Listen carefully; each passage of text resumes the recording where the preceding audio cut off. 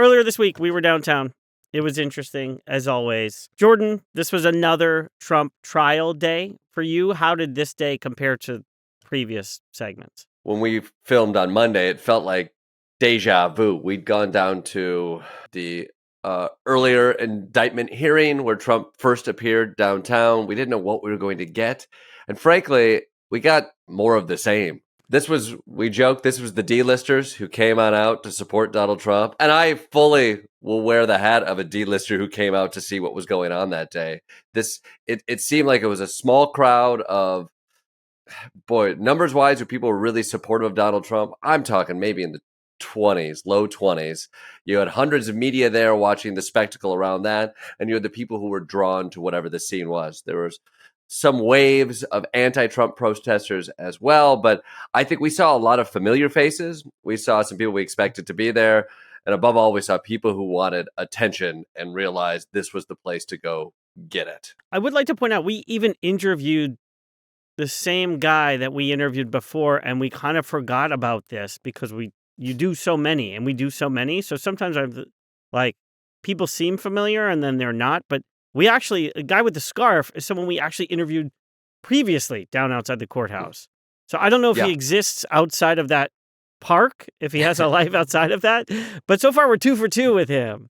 I think the ecosystem around the Maga universe is a fascinating one. And there's many podcasts that we've spoken on and can speak to about the ones that exist in rural America when we go out on the road. But the ones that happen here in New York, based around New York events, specifically based around the trial, is super hyper specific. You have a handful of Long Island folks who are Long Island Republicans who tend to wear shirts that talk about the silent majority. They were silent majority shirts. We talked to one guy who makes MAGA hammocks. We've seen him multiple places, including at CPAC.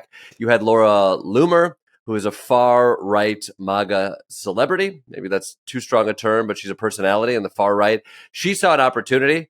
Last time we were here, George Santos saw an opportunity. Marjorie Taylor Greene saw an opportunity to show up, get all the cameras on them, and make a big show of it for Donald Trump. This time, they didn't have the time or the frequent flyer miles to get here. So Laura Loomer decided to come on in, get the pictures taken, get the cameras pointed at her, and get a retweet by Donald Trump. So I think that was a big win for her. But you start to see this. You're like, okay, here are the people who see this as an opportunity, less as an opportunity to show fealty to Donald Trump and more an opportunity to get attention for showing fealty to Donald Trump and or 10,000 more Twitter or X subscribers. Yeah, exactly. Zach, so before the day, Trump had sent a message out about all hell breaking loose. Trump said, all hell is going to break loose. Are you going to go apeshit today? I'm not going to go apeshit today. Are you ready to go apeshit today? I want to see how it plays out, but You got to slow walk the apeshit. right, slow walk it. Trump supporters are calm, peaceful protesters. Yes. They would never rush into a federal building and try to disrupt proceedings. Donald Trump would never advocate for that. Outside of that January 6th thing. Can you tell the audience a little bit how we prepared for that and what you expected to see off of that message? Yeah, so, I think that was sent out in a fundraising email like 3 or 4 days before the trial was set to take place. And, for us, it was an immediate sort of like, you can get so used to Trump's dangerous rhetoric that you can sort of become numb to it. But when it is coalescing around like specific events, you do need to take that more seriously. So we wanted to approach this like it was going to be hell breaking loose, right? And see if that was a reality or not a reality on the ground. We prepped a whole bunch of jokes. We have prepped a whole bunch of questions, sort of, and you can see some of them in the piece, like, where are your pitchforks, etc. And then when we got there, it wasn't. It just wasn't. And the thing that I think is most striking is, like, not only was it not, but the people that were there would never. Right. They would never do anything like that. Except for the amount of people we met who were at January 6th. I think we even cut someone out. This guy had a little Santa vibe going. Jordan was like, "Were you at January 6th?" And then he thought and thought and thought and didn't have an answer. And then he was like, "I think I was home watching TV," Yeah, like, which is I not mean, an airtight alibi. you can admit it He had now. a- Like, they're not coming after you from a piece on our show. Like, you're not going to get indicted. I don't know, man. These people have been caught in a lot of weird ways. I think maybe they're learning their lesson. I mean, it is remarkable still, the disconnect between Donald Trump and his rhetoric around January 6th. And again, Donald Trump has always played in hyperbole, and a Donald Trump speech is full of every point of view known to man, which I think is a defense mechanism. But it's he will ask you to be there. It will be wild. He will get up there on January 6th and talking about fighting like hell. He will also spew stuff about peace. He will also degrade people. He will say all the things you could possibly say, therefore giving him, if not a free pass, something for his folks to point to be like, he was talking about a peaceful speech. It was like Donald Trump was trying to incite a mob.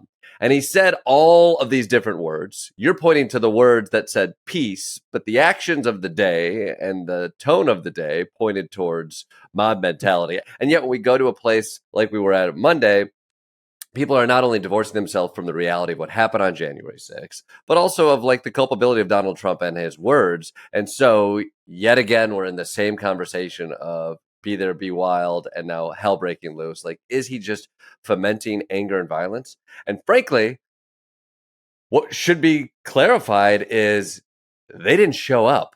If that was a call to the MAGA faithful to come out and hell is breaking loose because you're so upset, like that might be happening on internet, but in the real world, this is just a bunch of people trying to get airtime. It's not a bunch of people trying to fight for Donald Trump. Their fight is not your fight, at least in Lower Manhattan. Certainly right not now. in Lower Manhattan. No, certainly not there, but you never know because he's got a bunch of days. He's kind of doing a residency at that courthouse, so Yeah, maybe they're showing up in week 2 or 3.